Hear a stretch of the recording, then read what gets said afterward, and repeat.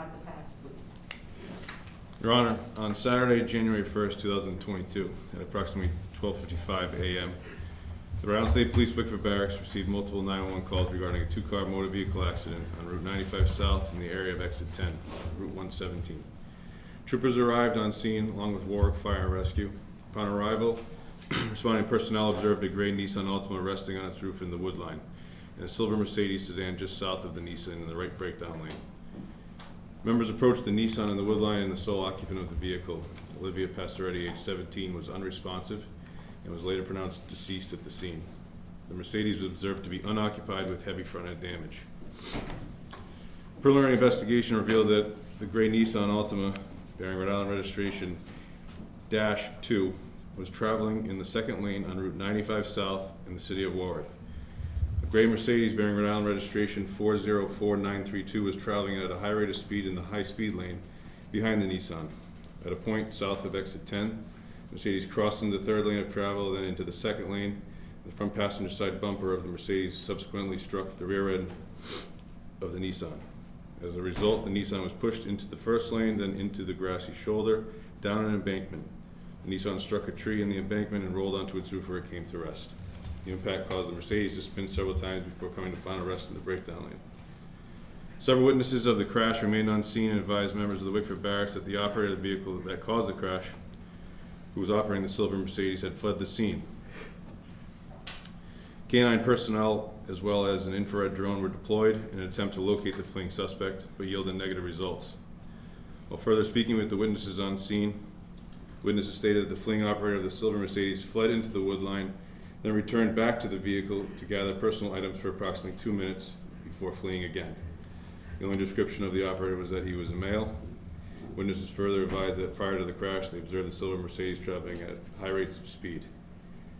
Checks of the silver Mercedes, which had registration plate 404-932 affixed to the vehicle, displayed the vehicle to be unregistered and belonged to a black Toyota.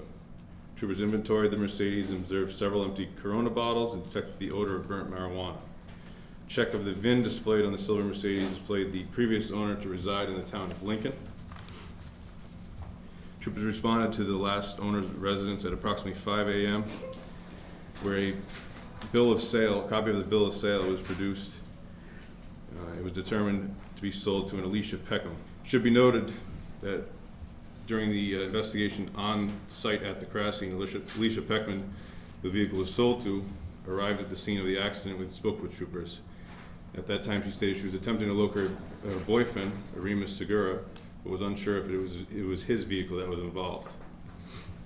It was also later determined that Segura walked from the scene of the accident towards East Greenwich, where he came into contact with someone walking on the street and requested to use their cell phone.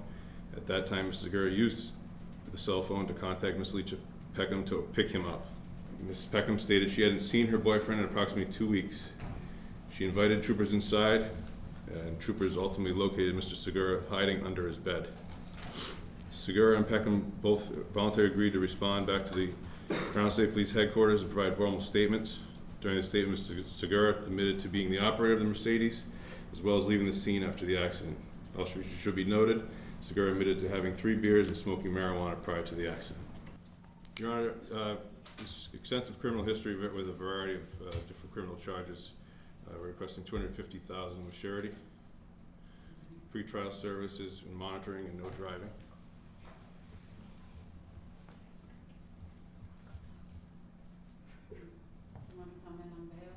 Your Honor, he's a Superior Court violator. I was just explaining to him that he's going to be held on that. He's going to be held on the Superior Court violation? Yes, Your Honor. Okay. The bail guidelines call for $10,000 in surety, which is what the Justice of the Peace had indicated. So you're asking that the court